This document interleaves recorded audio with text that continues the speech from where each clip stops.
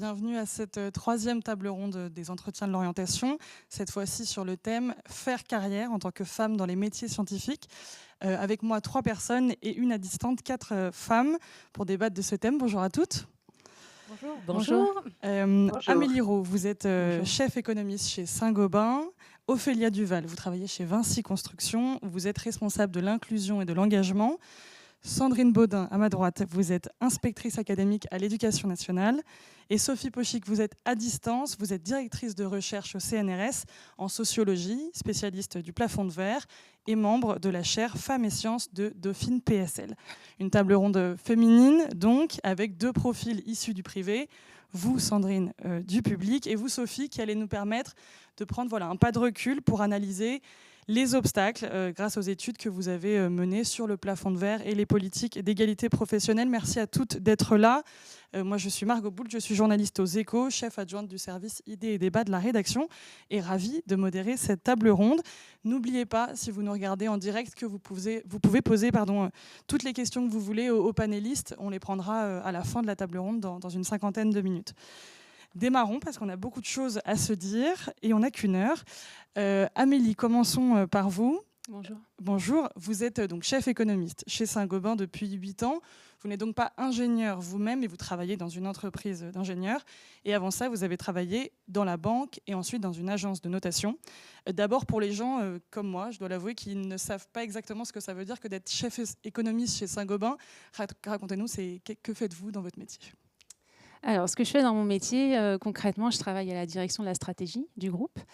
Et mon rôle, c'est vraiment d'éclairer les décisions qui peuvent être faites en interne, les décisions stratégiques, avec l'éclairage économique que je peux collecter en externe. Donc, en fait, j'ai un rôle de veille.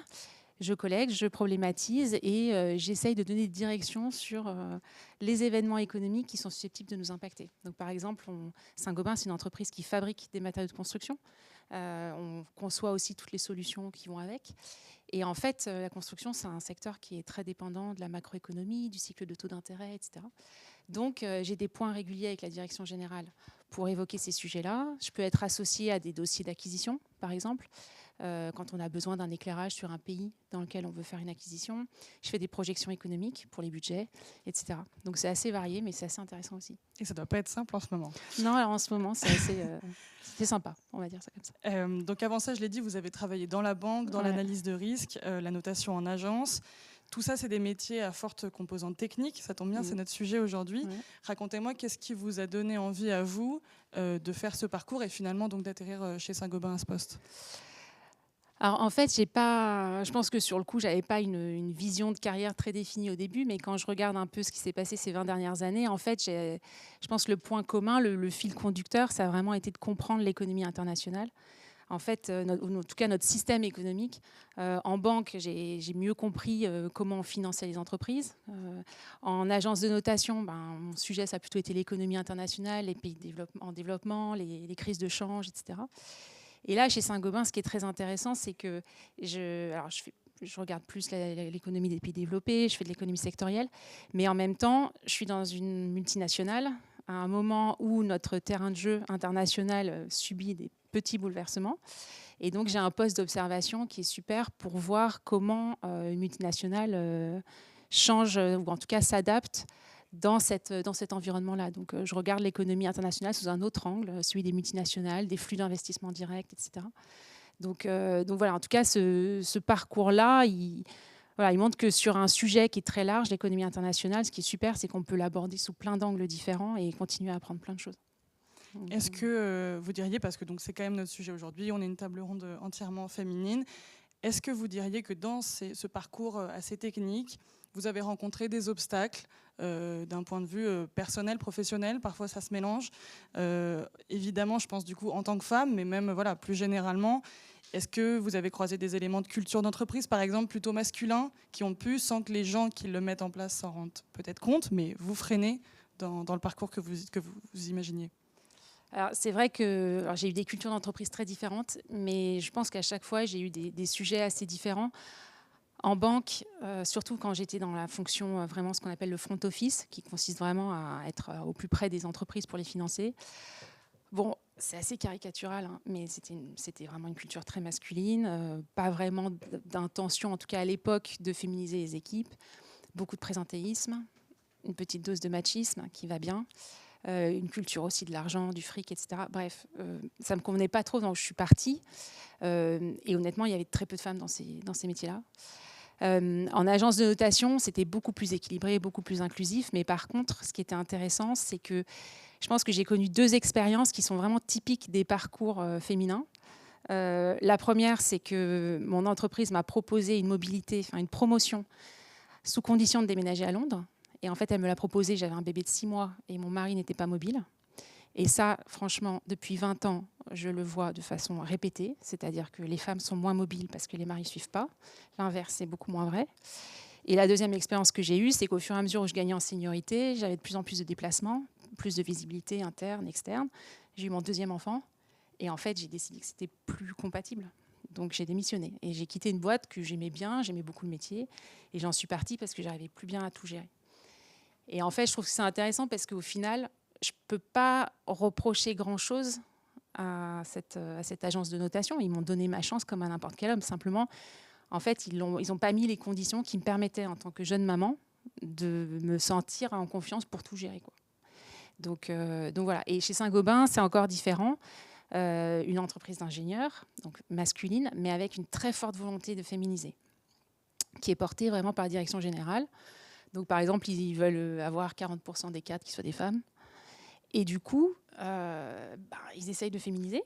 Mais c'est difficile parce que je pense que vous avez parlé dans les autres tables rondes, il faut avoir le vivier d'étudiants en école d'ingénieur, puis de jeunes actives, etc. Donc, c'est très difficile. Donc, la tendance, elle est de féminiser les fonctions support. Donc, mais c'est assez classique. Je pense qu'on retrouve ça chez Vinci. Et donc, au final, peut-être que j'en ai profité, je ne sais pas, mais le fait est que nous, à la stratégie, on n'a pas de problème de féminisation. On est bien au niveau des... Voilà, donc en fait, c'est des problématiques assez différentes, mais franchement, je pense que vous interrogez beaucoup de femmes dans leur parcours professionnel, et je pense que le mien est assez typique de ce que vous pouvez trouver. Eh bien justement, faisons ça. Ophélia, donc très bonne transition. Je rappelle que, parce que donc on parle de 2 groupes qui sont dans la construction, en Europe, seuls 9% des effectifs dans la construction sont des femmes. Et Ophélia, donc évidemment, je me tourne vers vous. Vous travaillez dans un autre géant de la construction, Vinci Construction. Vous y avez fait toute votre carrière depuis la sortie d'études, à la fois dans ce grand groupe et dans sa fondation, Vinci pour la cité. Même question qu'à Amélie, est-ce que dans votre parcours, donc chez Vinci et dans sa fondation, vous avez l'impression que des biais culturels ont pu vous freiner, ou pas hein, d'ailleurs, dans votre parcours, des éléments, voilà, encore une fois, de culture plutôt classée comme masculine ou pas? Alors, de mon côté, j'ai pas comme Amélie un profil très technique. J'ai un profil RH, sortant d'école de commerce initialement. Et en fait, je me souviens surtout quand j'ai rejoint les premiers entretiens pour rejoindre le groupe Vinci. Je me souviens de mon entourage, parce que l'entourage a toujours un rôle clé lors des premiers postes notamment. Qui me dit mais qu'est-ce que tu vas faire chez Vinci le BTP, je ne vois pas le lien. Et puis effectivement, à l'époque, je n'étais pas spécialement fan de la construction. Et donc, il y a déjà l'entourage qui vous donne une image qui peut vous freiner. Donc ça, je pense que c'est un point important. Et bon, les entretiens se sont très bien passés. Puis j'ai beaucoup aimé les contacts humains et puis le poste. Donc effectivement, je rejoignais la Fondation Vinci à cette époque. Et donc, puis depuis le début, j'ai occupé plutôt des fonctions support. Donc aujourd'hui, je m'occupe principalement des sujets d'inclusion et de diversité pour Vinci Construction, avec une grande partie sur les sujets de mixité. Donc personnellement, depuis mon parcours dans le sein du groupe Vinci, je n'ai pas spécifiquement perçu, en tout cas, je ne l'ai peut-être pas conscientisé, des freins, mais je pense que c'est lié aussi au fait que j'étais dans les fonctions support. En revanche, et ça, je me fais la porte-parole de mes collègues, et ça rejoint tout à fait votre témoignage, Amélie, sur le fait qu'effectivement, alors c'est pas propre spécialement à la construction, on le retrouve dans l'ensemble des entreprises, mais plus particulièrement dans des entreprises où le secteur est majoritairement masculin, et c'est historique, avec des freins, donc des sujets, notamment le sujet de parentalité, qui, effectivement, l'organisation du travail, la façon dont les chantiers, par exemple, fonctionnent, en tout cas, alors si je vais parler de la France, mais effectivement, il faut être là très tôt le matin et puis il faut être en capacité de rester tard le soir selon les urgences, puisqu'on répond évidemment à un client, et avec des délais qui sont évidemment mesurés. Donc, si on a des des missions, voilà, des tâches à aller chercher ses enfants, même s'il y a une belle évolution du sujet, une répartition entre les deux conjoints aujourd'hui, néanmoins, l'évolution reste lente et donc nos collaboratrices, on le voit, sur les chantiers vont par exemple plutôt repasser au moment de la parentalité, passer sur des fonctions dites études de prix, qui sont des très belles missions, mais elles vont sortir de l'opérationnel parce que le chantier lui-même ne suit pas et a gardé son organisation initiale qui était une organisation basée sur le fait qu'il n'y ait que des hommes qui en plus n'occupaient pas en tout cas ne prenaient pas ce rôle de père à l'époque. Mais on voit travailler sur le sujet de l'égalité, de l'équilibre vie pro, vie perso, permet de faire évoluer aussi tant pour les hommes que pour les femmes. Donc ça, c'est le premier sujet. Le deuxième, c'est effectivement dans les points culturels, dans un environnement très masculin, on retrouve, mais comme partout, mais spécifiquement le sujet de sexisme qu'on adresse, on pourra en reparler plus tard. Donc oui, on est dans un environnement où, dans les couloirs, dans les chantiers, il y a une grande majorité d'hommes. On va décodir, c'est majoritairement des hommes. Voilà. Mais comme chez Saint-Gobain et l'ensemble des entreprises sur ces sujets-là, il y a une belle évolution et un souhait de transformer ces secteurs. On va en parler juste après. Avant de parler des solutions, donc je me tourne vers vous, Sophie Pochic. Vous êtes à distance et vous avez vous-même donc mené des études sociologiques dans de grands groupes d'ingénieurs. Est-ce que vous retrouvez des éléments de vos études dans les témoignages et d'Amélie et d'Ophélia? Je sais qu'on s'est eu au téléphone. Vous m'avez parlé donc du présentéisme, de la mobilité géographique. Est-ce qu'il y a des choses qui sonnent et qui vous rappellent des souvenirs de vos études? Ben oui, ces deux témoignages étaient extrêmement justes. C'est vrai qu'il y a eu à la fois vous avez parlé d'évolution, hein. C'est vrai que dans les années 80, il y avait qu'environ 20% de femmes parmi les cadres. Et le sexisme, il était vraiment tout à fait assumé. On pouvait dire à des jeunes femmes qui étaient sorties d'école d'ingénieur qu'elles ne pouvaient pas être recrutées dans telle entreprise. Leur orientation vers les classes préparatoires scientifiques était parfois déconseillée ouvertement. Ce n'était pas fait pour les filles. Et là, on a vu une vraie évolution. Maintenant, dans les années 2020, on a 45% de femmes cadres. Il y a une vraie féminisation des premiers niveaux. Et une des raisons, c'est notamment grâce au succès scolaire. Mais dans les entreprises techniques, on a vu plus facilement des femmes rentrer avec des diplômes d'école de commerce qui sont venues sur des fonctions considérées comme féminines. Et elles sont encore minoritaires. Donc, il y a une ségrégation sexuée, mais plutôt des murs de verre en termes de postes. Elles sont moins présentes dans les postes ingénieurs et opérationnels. Mais il y a un vrai changement, vous l'avez cité, c'est que les entreprises, à la fois de manière volontaire, ont envie de faire des politiques de mixité.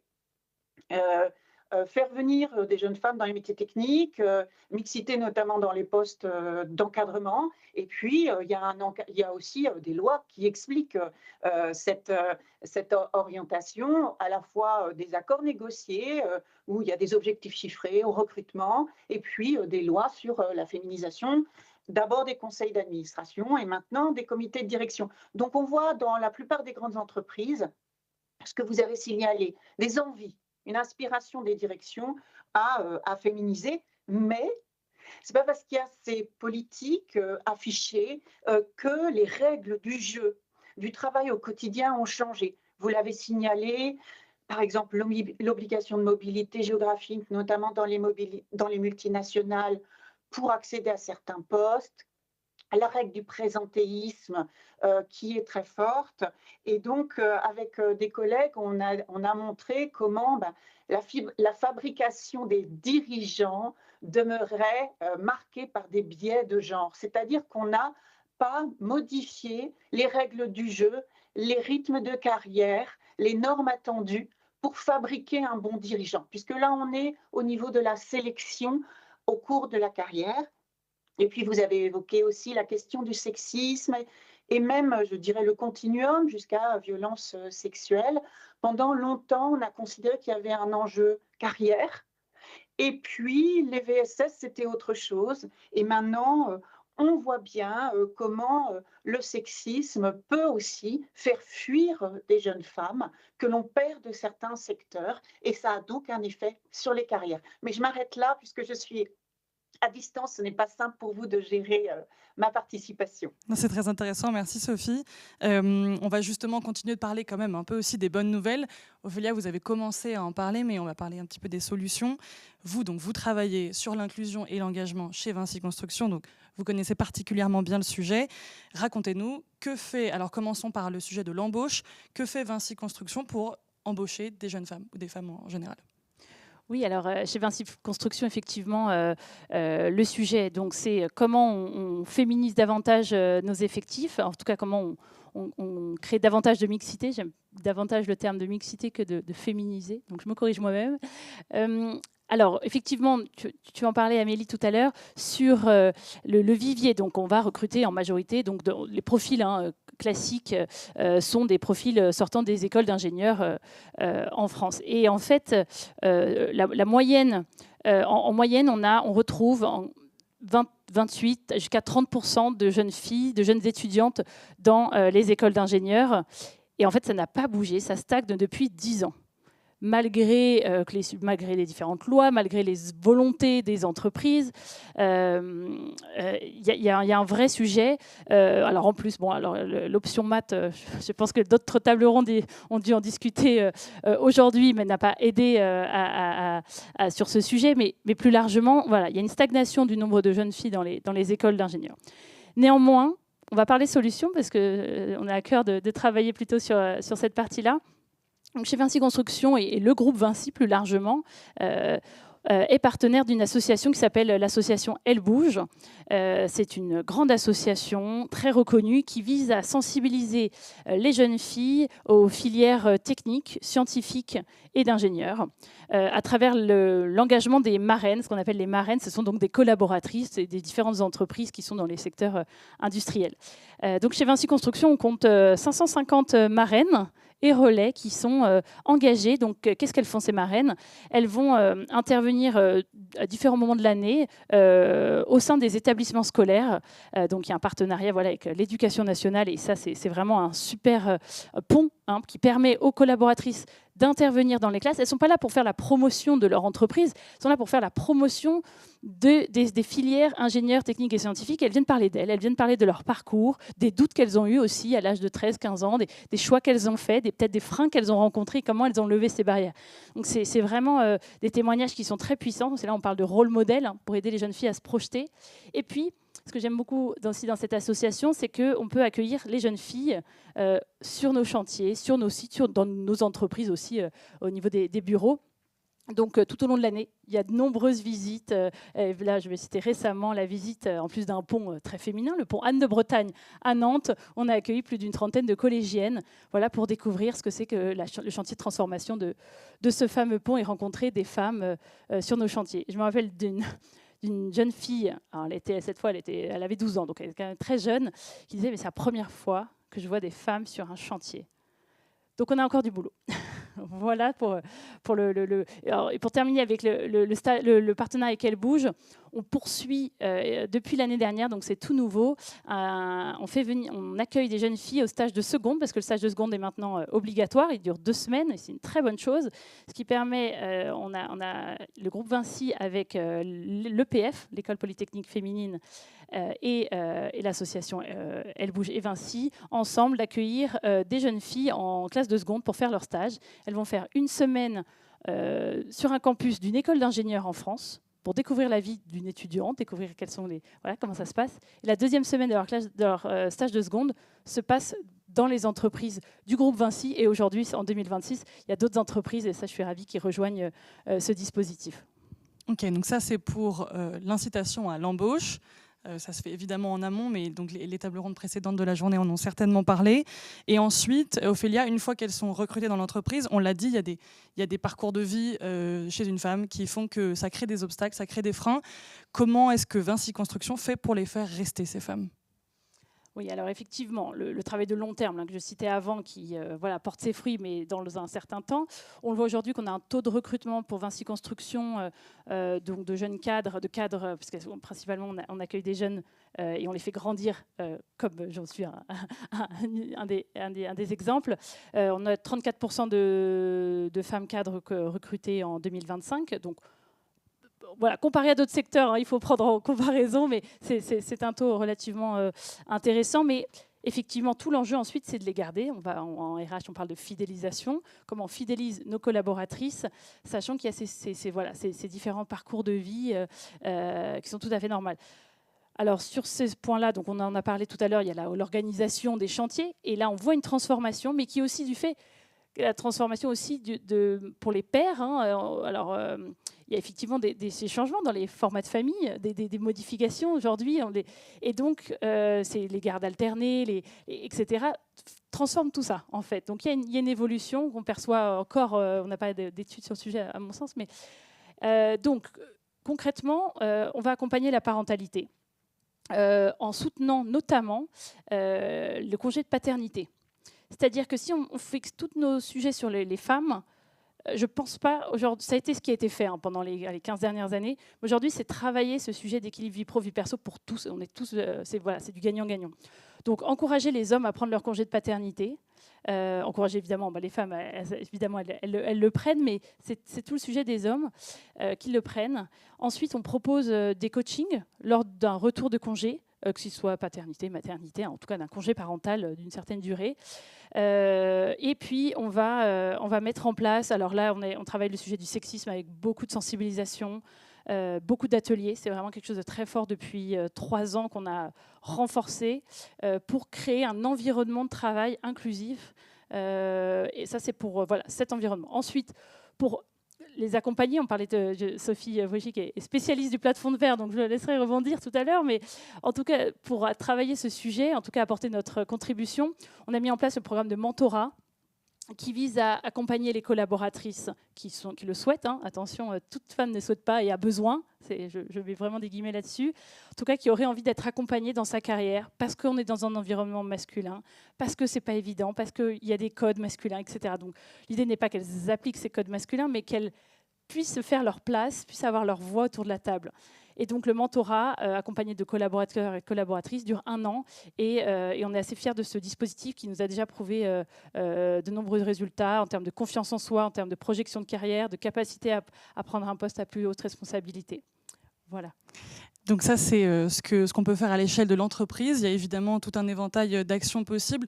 Je rappelle aussi que des lois sont passées ces dernières décennies, avec notamment donc, une échéance cette année pour la loi Rixain. Donc c'est la loi Copé-Zimmermann, la loi Rixain, qui ont fixé des quotas pour les conseils d'administration, les instances dirigeantes. Ça, évidemment, donc c'est pour les plus hauts postes.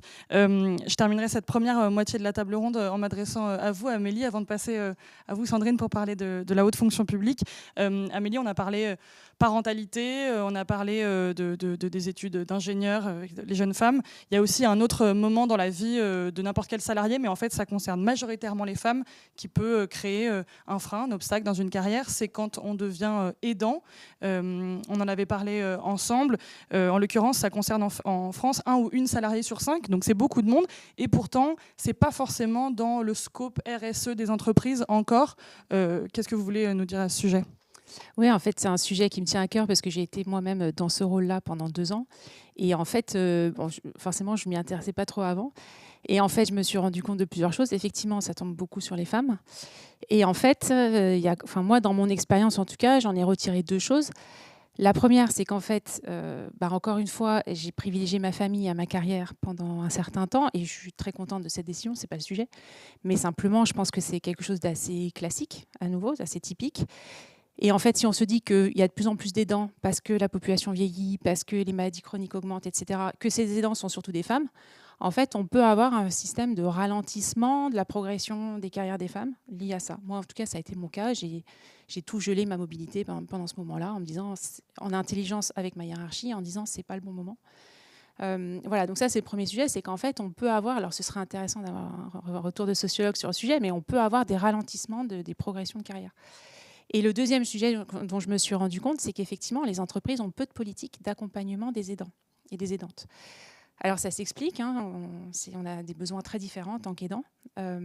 Mais ceci dit, ça laisse le salarié assez vulnérable dans sa relation avec son hiérarchique et quasiment uniquement dépendant de sa hiérarchie directe.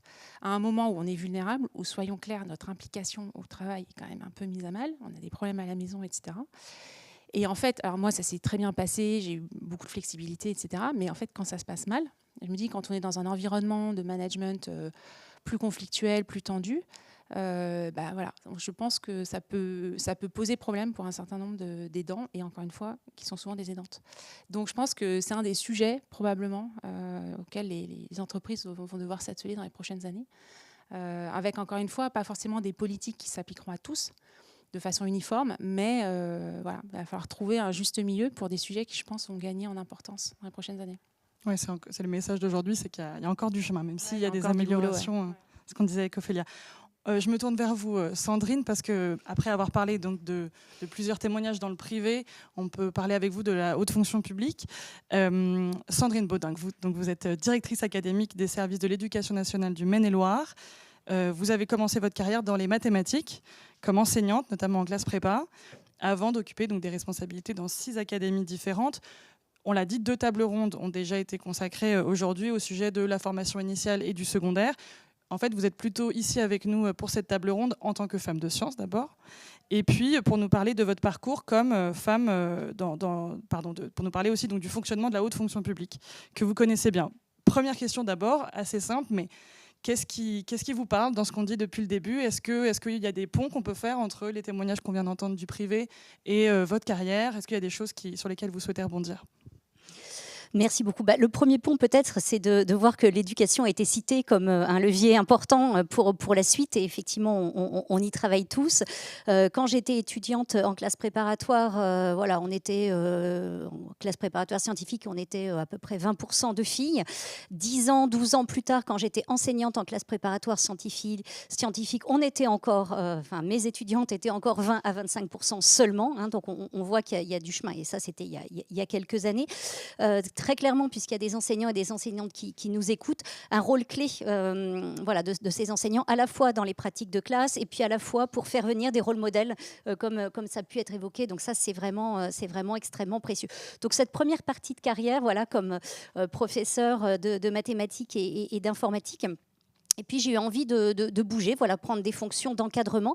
Alors il y a une petite particularité à l'éducation nationale, c'est que la grande majorité des 1,2 million de personnels sont des cadres, puisque les enseignants du premier et du second degré sont des cadres, et à 3/4 féminins. Voilà, donc c'est tout à fait particulier. Donc pour le coup, je vais parler du haut encadrement qui est très loin, pour le coup, d'être aux 3/4 féminin, très très loin de cela.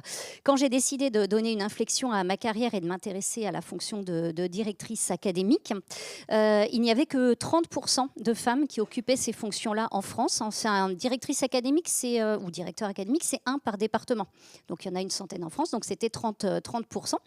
On est plutôt maintenant 40% de femmes et 60% d'hommes, donc ça bouge bien. Il y a un principe de nomination équilibré qui est en action avec un objectif de 50% pour 2026. Donc vraiment, les éléments sont mis en œuvre. Mais sinon, on retrouve l'ensemble des éléments qui ont pu être cités, effectivement. Donc ça, c'est potentiellement pour les comparaisons. Peut-être une des différences pour des gens, encore une fois, moi, avant de préparer cette table ronde, qui ne connaîtraient pas bien les différences, spontanément, on se dirait que dans le public, même dans la haute fonction publique, il y a des critères objectifs de parité dans l'embauche, la promotion, parce que l'État a mis en place des lois. Est-ce que vous diriez que du coup, c'est peut-être plus facile d'être une femme dans le public pour accéder à des objectifs de promotion, ou est-ce que la réalité ne se passe pas comme ça ? C'est une très très bonne question. Alors effectivement, les grilles salariales, les grilles de primes, etc., sont absolument identiques aux hommes et aux femmes. Et même on est allé plus loin. Les promotions à des grades supérieurs, sont équilibrées femmes-hommes. S'il y a 60% de femmes et 40% d'hommes, il y aura 60% de promotions pour les femmes et 40% de promotions pour les hommes. Donc tout ça, c'est parfaitement équilibré. Et pour autant, on retrouve un petit peu tous les freins sociétaux, mais je pense que Sophie Poïc pourra nous en dire plus, qui s'appliquent évidemment pour notamment le haut encadrement dans la fonction publique et notamment dans la fonction dans le haut encadrement de l'éducation nationale. Et puis, là, je vais plus parler des enseignants que je connais bien. Pour des questions notamment de disponibilité, eh bien, dans mon département Maine-et-Loire, il y a 85% de professeurs femmes des écoles et puis 15% d'hommes. Et on est à 50% d'hommes, 50% de femmes directeurs de grosses écoles. Parce que c'est des questions de disponibilité, c'est des questions d'oser de se lancer, c'est des questions de décalage temporel, etc. Donc on retrouve ces aspects-là. Et dans le second degré, on a des différences salariales, non pas sur la grille de salaire de base, qui là est absolument identique pour tous, mais on peut, gagner plus d'argent en remplissant des heures supplémentaires. Et là encore, ce sont les hommes, souvent, qui font ces heures supplémentaires et qui donc à la fin du mois ont des salaires plus élevés. Très intéressant. Sophie Pochic, puisqu'effectivement les panélistes, à raison, vous ont tendu la main plusieurs fois. Il y a plein de choses qui doivent vous parler, qui doivent vous rappeler des éléments d'études. Le sur-régime que Sandrine vient d'évoquer. Encore une fois, la question de la mobilité géographique. Sur quoi est-ce que vous souhaitez rebondir? Allez-y. Ce que je trouvais très intéressant, c'est que Sandrine a bien rappelé comment la fonction publique était un univers beaucoup plus féminisé dans l'encadrement. Mais que pendant longtemps, on a considéré comme il y avait l'égalité de traitement et les concours, que finalement, il n'y avait pas de plafond de verre dans les ministères. Et il y a eu à la fois des rapports officiels et puis des enquêtes. Nous, on a fait donc cet ouvrage qui s'appelle « Le plafond de verre et l'État » à partir d'une centaine de récits de carrière avec 2 tiers de femmes et 1 tiers d'hommes pour souligner à quel point, à partir d'un certain niveau, accéder aux postes à haute responsabilité dans la fonction publique, ça repose aussi sur les questions de réputation, de réseau et de normes considérées comme neutres, mais qui ont des biais de genre. Et notamment, par exemple, la norme de la disponibilité extensive, voire la disponibilité sans limite pour certaines directions, qui parfois dans la fonction publique, en régime d'austérité, les postes à responsabilité sont plus que pleins en termes de temps de travail. Et pareil pour la question de la mobilité géographique dans certains ministères. Il est attendu, et puis de toute façon la répartition territoriale des services l'oblige, que l'on passe par une mobilité géographique imposée, pas obligatoirement au calendrier de la personne et son calendrier personnel. Et donc, ça peut poser des problèmes, notamment le passage par les cabinets ministériels dans la haute fonction publique est très bien vu. C'est un accélérateur de carrière, mais toutes et tous disent qu'il faut devenir une nonne ou un moine de l'État qui n'a plus de vie personnelle, mais qui après a une carrière plus prestigieuse. Et là encore, on voit des évolutions, vous l'avez souligné, des évolutions légales avec des obligations de quotas. Donc, on est dans les primo-nominations, ces quotas de sexe, depuis la loi Sauvadet, et ensuite des dispositifs RH qui ont été mis en place, une attention au vivier pour la promotion, formation des jurys aussi, au biais de genre, très important, les jurys internes, et puis certaines formations. Il y a du mentorat aussi. Et puis, ça n'a pas été encore souligné, mais les femmes se sont auto-organisées en réseau, alors parfois mixte ou parfois non mixte. Et dans la haute fonction publique, progressivement, tous les ministères ont eu alors, il y a les faits pour le ministère de l'Éducation, mais il y a les femmes de Bercy, les femmes de l'Intérieur, femmes et diplomatie, etc., qui, pour certains hommes, peuvent être critiqués en se disant pourquoi ces femmes ont des ressources en plus puisqu'elles s'organisent. C'est tout simplement, elles ont besoin de ces réseaux formels parce que les réseaux informels masculins jouent à plein et notamment par à la fois des sociabilités masculines informelles et puis aussi un temps de travail parfois un peu plus allégé en raison de leur moindre participation au travail parental ou au travail d'aidant. J'ai beaucoup aimé votre mention au travail d'aidant. C'est vrai que c'est ce travail gratuit dévolu aux femmes qui, pour l'instant, était assez invisible des organisations, et certaines entreprises commencent à le prendre en charge, eh bien, certainement, donc, avaient plus de temps pour rester le soir, discuter avec les chefs. Et donc, on voit bien comment les femmes sont de plus en plus conscientes des difficultés, se sont organisées. C'est elles qui ont fait d'ailleurs, pour certaines, passer des lois. Donc on voit des vraies avancées. C'est ça, si on peut retenir un résultat de la recherche, c'est des avancées au fur et à mesure des générations, même si il reste évidemment une vigilance de tout instant à conserver. Parce que si on ne forme pas les jurys, si on ne met pas des objectifs chiffrés, eh bien, on a souvent, ça peut repartir très vite en arrière. Une réorganisation des mobilités géographiques imposées, etc., peuvent aussi tout d'un coup, des fusions de services, entraîner une diminution du nombre de femmes au poste à responsabilité. C'est ce qu'on avait observé aussi.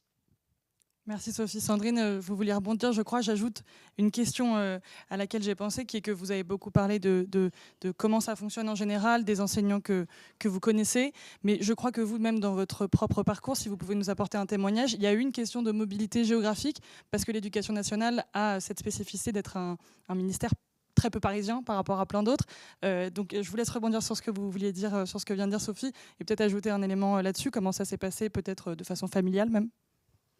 Alors, merci beaucoup. Je n'avais pas prévu d'en parler, mais puisque Sophie l'a évoqué, l'importance des réseaux, j'ai eu l'énorme honneur d'être élue présidente de l'association Femmes de l'éducation, une association qui a juste 3 ans et qui veut travailler sur cette notion de réseau, effectivement, pour la promotion de l'égalité des femmes et des hommes. Hein. C'est important, c'est vraiment cette question d'égalité et pas de féminisation, voilà, égalité professionnelle des femmes et des hommes pour le haut encadrement dans l'éducation nationale, à l'instar d'autres associations qui existent. Et oui, quand j'ai fait le choix du haut encadrement, ça allait avec la mobilité professionnelle. Hein, donc j'ai quitté ma région d'habitation pour aller dans le Rhône, hein, puis dans la Manche, en Normandie, puis à Paris, puis dans les Pays de Loire. Et voilà. Et ce que je peux constater, pour l'avoir vécu un peu, et puis pour le constater chez d'autres collègues, masculins ou féminins, c'est que l'acceptation sociale de la mobilité géographique est différente pour les femmes et les hommes. Et finalement, il faut un peu plus oser pour les femmes affectuer cette mobilité géographique avec la question, parfois exprimée directement, mais c'est un peu goujat, ou parfois sous-entendu, qui va s'occuper des enfants ? Grande question. Il nous reste une vingtaine de minutes pour notre table ronde. Alors, on va continuer peut-être dans les solutions pour donner des bonnes nouvelles, ou en tout cas des pistes de bonnes nouvelles. Sophie, je me retourne à nouveau vers vous. On a entendu plein de choses là pendant une quarantaine de minutes. Qu'est-ce que vous ajouteriez, vous, sur le volet solutions ? Comment est-ce qu'on peut changer les choses ? Et par exemple, puisque vous êtes donc directrice de recherche au CNRS, comment est-ce que ça se passe là-bas pour, un peu comme Ophélia a fait le point à Vinci Construction, comment ça se passe pour, pas féminiser, mais en tout cas, voilà, améliorer la mixité ? Oui, c'est vrai que le CNRS s'est soucié de manière très tôt de la place des femmes dans les métiers scientifiques, et donc depuis 2001 a créé une mission qui s'appelle la mission pour la place des femmes au CNRS, qui la nourrit à la fois de statistiques sexuées, hein, pour évidemment voir s'il n'y avait pas des biais lors des recrutements, notamment regarder le nombre de doctorants, docteurs, post-doc, puis ensuite chercheuses et directrices de recherche.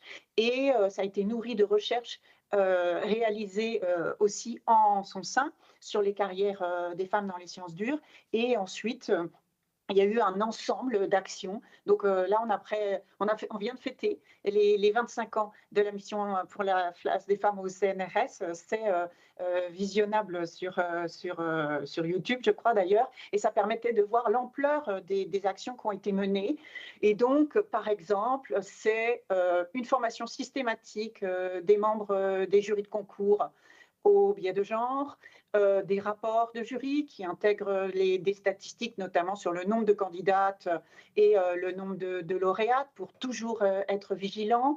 Un comité égalité-parité opérationnel au plus haut auprès de la direction générale pour mettre en place des actions, et donc Notamment, il y a eu aussi des actions pour attirer les filles vers les sciences avec des grandes campagnes de communication. Les femmes scientifiques sont allées auprès, comme l'association Elle Bouge, allées auprès des lycéennes. Mais aussi, ce que je trouve très intéressant, c'est faire vivre cette politique d'égalité au plus près des lieux de travail. Donc des référents égalité au sein des laboratoires qui peuvent initier des actions de formation, de communication. Et voilà, ça n'a pas tout résolu, évidemment, mais par contre, ça a été un vrai levier sur la promotion. Il y avait moins de 20% de femmes, donc malheureusement, ça n'augmente pas trop. On est à peu près un tiers de femmes en sciences, dans les métiers de la recherche. Au CNRS, une des raisons, c'est qu'on n'a pas assez de postes pour pouvoir avoir une action volontariste, parce que accéder au poste de fonctionnaire, c'est très limité et très difficile, avec maintenant des carrières assez longues de précarité contractuelle de postdoc avant de devenir chercheuse. Donc, c'est plus difficile de jouer sur l'entrée, même si là, on sait qu'on est équitable sur les recrutements. Par contre, le levier a vraiment été très fort sur le passage, les carrières de directrice de recherche. Donc là, on a augmenté très fortement. Une attention aussi à des choses qui sont symboliques, mais qui sont très importantes. Ce sont les médailles de reconnaissance des meilleurs scientifiques, médailles d'argent, médailles d'or. Pendant très longtemps, comme par hasard, c'était uniquement ces messieurs qui avaient ces médailles. Et donc maintenant, il y a une attention à ce que les médailles soient paritaires. Mais par exemple, le CNRS, pendant un temps, avait négligé la moitié de son personnel parce que les ingénieurs et techniciennes, c'était les métiers support, c'était des métiers plus féminisés. Donc il y avait un peu l'idée que puisqu'il y avait plus de 50% de femmes, il n'y avait pas de difficulté ou pas de problème, alors que en faisant des enquêtes statistiques, on a pu montrer que pour les ingénieurs d'études, passage à ingénieurs de recherche, là aussi, il y avait des pénalités à la maternité, des biais de genre, des directeurs. Donc ça, c'est un nouveau chantier qui est lancé actuellement. Et donc, quel conseil donner peut-être du côté des enseignants? On va en parler juste après, Sophie, excusez-moi. On va terminer juste après par le petit tour de table conseil. Je voudrais terminer de parler de solutions parce il nous reste un petit peu de temps. Sandrine, je me retourne vers vous parce que vous dites donc 85% d'enseignantes dans votre académie, mais voilà, c'est plus difficile au poste de manager, on le sait, c'est ça le problème, c'est les promotions, c'est les postes de direction.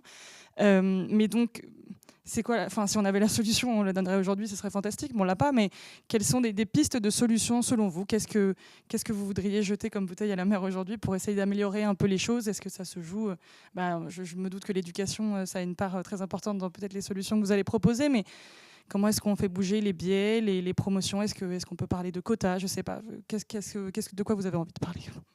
Alors, un peu de tout, en fait.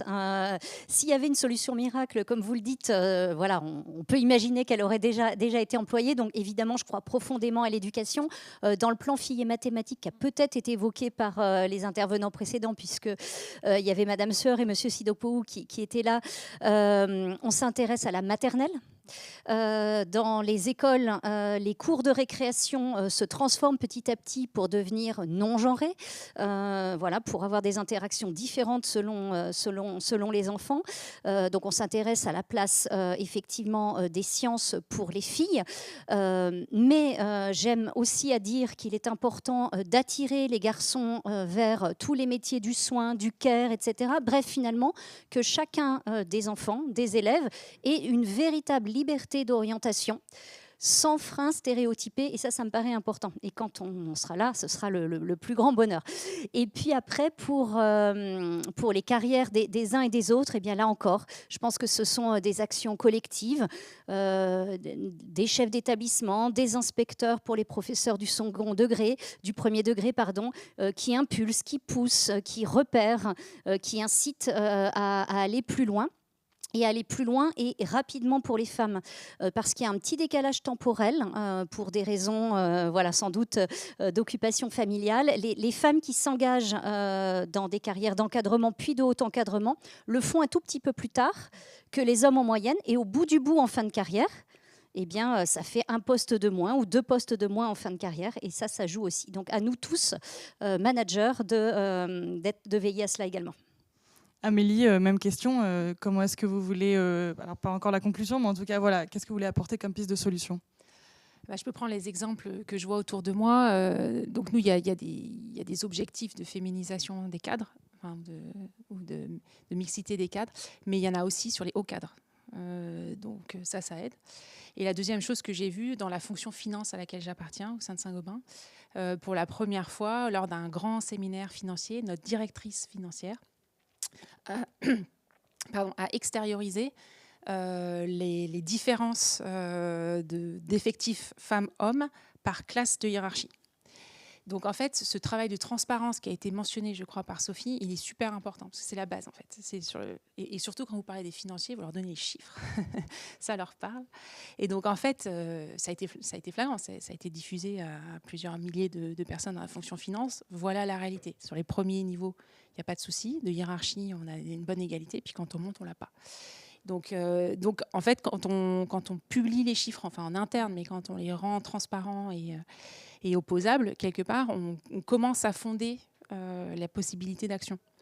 Donc ce travail de transparence-là, il est loin d'être fait partout. Voilà. Et puis l'autre chose que je vois aussi, sur ces fonctions opérationnelles et techniques dont on parlait, qui sont les plus difficiles à rendre plus égalitaires, en fait, il y a un moment, il faut parier sur les femmes, quoi. Et donc, j'ai quand même l'espoir qu'il y ait des choses qui changent dans les prochaines années, parce que moi, je vois chez Saint-Gobain, il y a eu beaucoup de féminisation à ce niveau-là, sur des premiers postes opérationnels, avec l'espoir que derrière, les trajectoires permettent... alors, c'est long, ça se construit à l'échelle d'une génération, mais qu'on soit bien lancé pour pouvoir voir les résultats de ces politiques-là sur les hauts niveaux de management dans les prochaines années.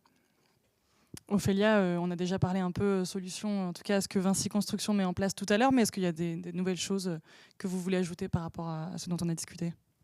Oui, en complément, donc je rejoins Amélie sur la transparence, vraiment de mettre, de partager les chiffres, mais également, par exemple, il y a ce, alors c'est pas que dans la construction, c'est globalement il y a les femmes à salaire à poste équivalent ont des salaires inférieurs. Ça c'est quelque chose qui a pu être vrai à une époque, mais maintenant il y a une loi qu'on respecte, et donc il y a aussi de partager et de dire en fait non, c'est vraiment, il y a une égalité à poste équivalent, et de leur donner envie à nos collaboratrices de dire vous pouvez tout à fait prendre des postes à responsabilité.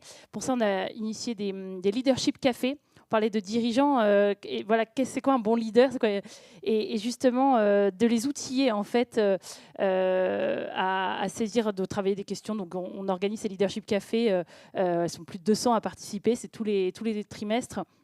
Donc ça, c'est des solutions, mais qui, voilà, c'est un agrégat, on l'a dit, c'est vraiment multifactoriel sur ce sujet.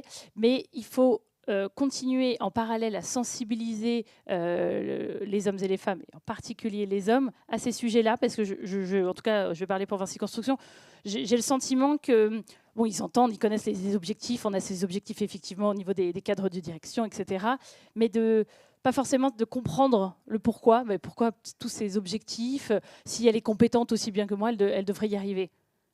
Oui, sur le principe, on est tout à fait d'accord, c'est la compétence qui prime. Mais pourquoi elle n'y accède pas? Là, il y a plein d'études, etc., qui lui montrent qu'il y a un vrai souci.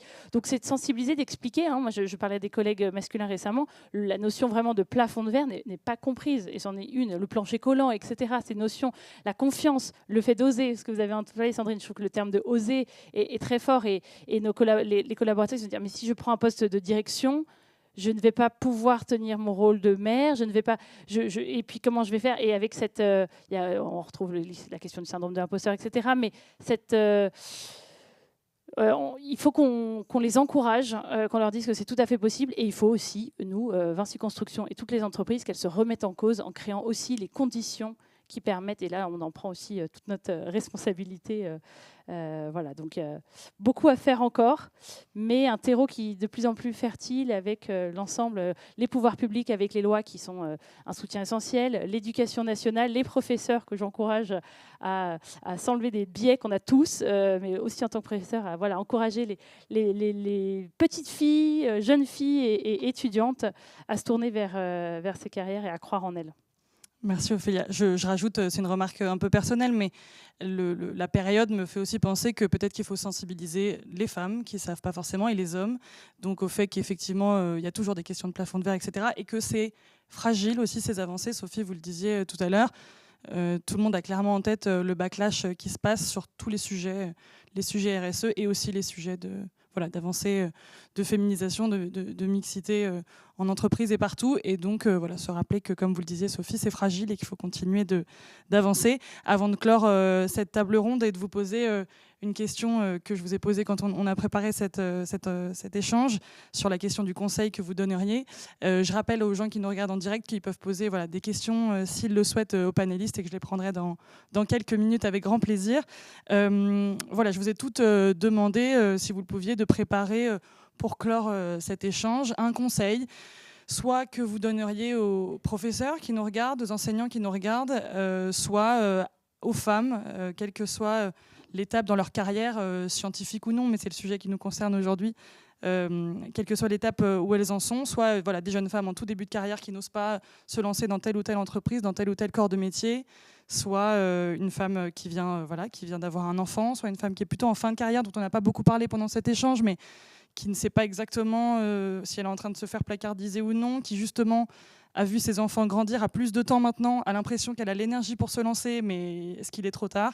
Bref, plein de possibilités. Sophie, je commence peut-être par vous parce que vous êtes à distance. Quel conseil vous voudriez donner ? Par rapport aux enseignants qui nous écoutent, effectivement, notamment du côté des enseignants masculins, à la fois être vraiment convaincu qu'il existe encore des inégalités dans le déroulement de carrière, mais en même temps, on a des politiques plutôt soutenantes et des entreprises qui ont plutôt envie de soutenir l'entrée des filles dans les métiers techniques. Et donc, bien leur dire qu'ils sont prescripteurs, eux. C'est très important. Les étudiants, les élèves, les lycéennes écoutent beaucoup les enseignants et donc malheureusement, il faut choisir maintenant obligatoirement les maths. Sinon, si on ne prend pas les maths, souvent maintenant on se limite en termes d'orientation de filière scientifique. Mais leur dire à quel point c'est important aussi parce que la présence des filles dans les métiers scientifiques, que ce soit les métiers de la recherche ou les métiers techniques, ça peut aussi changer la technique et créer des techniques plus inclusives. On voit vraiment des jeunes ingénieurs quand on fait les entretiens, les jeunes informaticiennes par exemple. C'est une thèse qui était sur les développeuses qui sont plus attentives à l'impact des technologies que leurs collègues masculins qui, eux, vont dire ils sont très contents du niveau de rémunération et de la technicité, mais elles vont dire, par exemple, elles ont le souci que leur logiciel soit inclusif, par exemple, avec les dyslexiques, ou elles veulent faire attention à l'impact environnemental de leur technologie. On le voit pareil pour nous dans la recherche en sciences dures sur les questions biologie, santé, à quel point ce sont plutôt les femmes qui vont dire attention, il y a des biais de genre dans les expérimentations, il faut prendre en compte cela. Et donc que leur présence permet une innovation, elle aussi inclusive, permet aussi que c'est pas simplement les faire rentrer dans des métiers, c'est leur participer à transformer la technique. Et donc ça donne aussi un discours qui, à mon avis, est plus positif. C'est leur dire à quoi elles peuvent participer. Et puis, en final, le dernier conseil, dire aussi que même si elles font une école de commerce et même si elles font du droit, elles peuvent aussi aller dans des entreprises techniques, et que ces entreprises techniques sont des terrains de jeu qui sont très, très ouverts. Et voilà, juste pour ne pas dire il faut faire des sciences pour aller dans des entreprises techniques. D'ailleurs, les deux participantes en étaient le reflet très exemplaire. Merci Sophie. Ophélia, justement, l'une des deux participantes précitées. Vous en avez commencé à en parler juste avant, mais quel serait votre conseil, vous ? Oui, je vais m'adresser également aux professeurs qui nous écoutent et aux enseignants. C'est de contribuer. Vous avez un rôle primordial dans à sensibiliser les filles et les garçons, et en particulier d'avoir cette attention auprès de vos étudiantes et de vos élèves féminines à rejoindre ces filières. Et je rejoins vraiment Sophie, je suis complètement alignée sur le fait qu'elles vont contribuer à transformer le monde de demain. On ne peut pas penser l'avenir sans elles. Et alors, je n'y avais pas pensé, mais donc ça m'est venu en vous écoutant, Sophie, puisque j'ai entendu récemment des chiffres que je ne les ai pas retenus, mais c'est sur l'IA. Le fait que les femmes, c'est encore la double peine, c'est-à-dire que les femmes n'investissent pas du tout ce champ, ou en tout cas vraiment largement moins que les hommes. Et donc, c'est encore en train de créer des écarts considérables. Donc, dans la mesure du possible, si l'éducation nationale, etc., il faut intégrer les sujets d'IA dès le début pour que filles et garçons intègrent ça, puisque ça va évidemment bouleverser tous les métiers. Donc, voilà, qu'on accompagne nos filles et nos garçons avec les outils et qu'on ait cette attention, puisqu'on voit bien que les jeunes filles parlent dans une classe, c'est les garçons toutes les études le montrent, c'est les garçons qui vont prendre davantage la parole. Elles s'effacent, les jeunes filles. D'où l'initiative d'Elle Bouge de faire des visites entièrement féminines. C'est pas qu'on ne veut pas de garçons, au contraire, on a besoin des deux, on veut la mixité. Mais les jeunes filles vont davantage prendre la parole, vont davantage s'exprimer et se sentir en confiance. Donc voilà, encore une fois, vous avez un rôle primordial et on est là pour assurer la suite ensuite dans nos entreprises. Merci.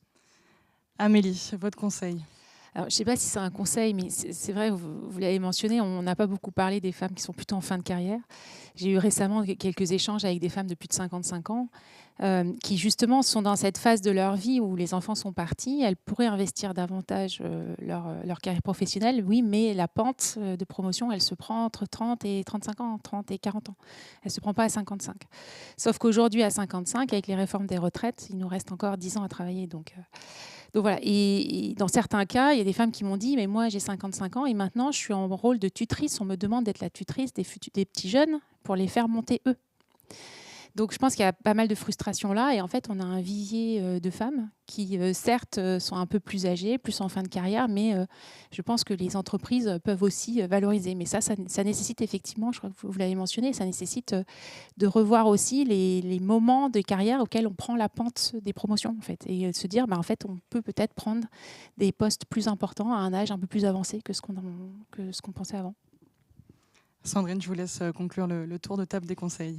Moi, j'ai envie de parler de management, parce qu'en termes de qualité de vie au travail et en termes d'examiner la complexité du monde qui nous entoure, je crois beaucoup au travail collaboratif. Et donc, il me semble qu'une qualité des managers et des manageuses, c'est la capacité à animer, à impulser, à promouvoir le travail collaboratif. Et j'invite toutes les femmes à mettre en avant ces qualités qu'elles ont bien souvent. Et cette capacité managériale, je crois, se décline dans les classes. Et là, je m'adresse aux enseignantes et aux enseignants qui nous écoutent, puisque cette capacité à travailler en équipe, à être dans le travail collaboratif, se prépare à l'école. Et le rôle des enseignants pour cela, la place laissée à la parole de chacun, ça a été évoqué, est importante, et les enseignants ont un rôle à jouer là-dedans. Et donc, voilà, je peux que les inciter à s'y lancer ou à continuer à le faire, puisqu'ils le font pour beaucoup. Parfait, plein de chantiers, mais plein de belles idées aussi. Juste avant de terminer, parce qu'on a un petit peu débordé, mais en même temps, on a commencé en retard. Une question sur le live que je vous pose à toutes, si l'une de vous a envie de rebondir. La question, c'est est-ce que l'évolution actuelle de la gouvernance politique, je pense que c'est potentiellement le backlash que j'évoquais tout à l'heure, les évolutions politiques des dernières années, et à mon avis, c'est pas fini, ne freine pas. Est-ce que cette évolution politique freine, selon vous, la marche vers la parité femmes-hommes? Je ne sais pas, est-ce que vous constatez qu'on en parle moins? Est-ce que pour vous, du coup, c'était important d'être là aujourd'hui? Est-ce que l'une de vous a envie de rebondir là-dessus, Amélie? Alors moi, je pense que ça a assez peu d'impact. Il faut bien voir que quand une entreprise se donne un objectif d'atteindre un quota ou X% de cadres femmes, etc., en fait, c'est des objectifs qui sont sur plusieurs années. Et en fait, je n'ai pas connaissance de cas dans lesquels l'entreprise a abandonné au milieu. Donc, c'est là où en fait, je pense qu'on retrouve cette dichotomie qui est assez classique entre la temporalité politique et la temporalité des entreprises, qui n'est pas la même en fait. Donc, en tout cas, sur tous les sujets RSE, la temporalité des entreprises, elle est sur plusieurs années, voire sur les objectifs de décarbonation, ça peut être sur plusieurs décennies. Et en fait, une fois que la machine est lancée, une fois que le travail de coordination interne a été fait, en fait, moi, je ne vois pas de déraillage. Je ne sais pas comment on dit, de déraillement. Je ne vois pas de changement de cap par rapport à ça. Donc, ça me laisse assez confiante, en tout cas en ce qui concerne les grandes entreprises privées, qui sont nos cas où on a des cadres, des politiques, des procédures, etc. Je ne peux pas parler pour les PME ou pour le public. Mais pour le privé, ça me semble être assez peu problématique. Parfait. Ophélia, vous voulez rebondir rapidement ? Très rapidement, mais également, il y a des vraies valeurs qu'on partage, notamment avec Saint-Gobain depuis le début. On le fait pas pour des raisons politiques, donc effectivement qu'on est encouragé par les obligations légales, mais il y a une vraie volonté morale d'agir sur ces sujets. Et puis en plus, on est des entreprises internationales, donc le temps long, mais aussi on pense global, puisqu'on est présent dans de nombreux pays. Plutôt une bonne nouvelle, ça veut dire que donc, les jeunes filles qui veulent se lancer peuvent avoir les postes dans quelques années, puisque les entreprises ne risquent pas de dévier de leur route. Merci à toutes, merci à vous Sophie à distance et à vous trois avec nous ici pour cette table ronde. Merci beaucoup. Et merci à tous de nous avoir écoutés. Margot.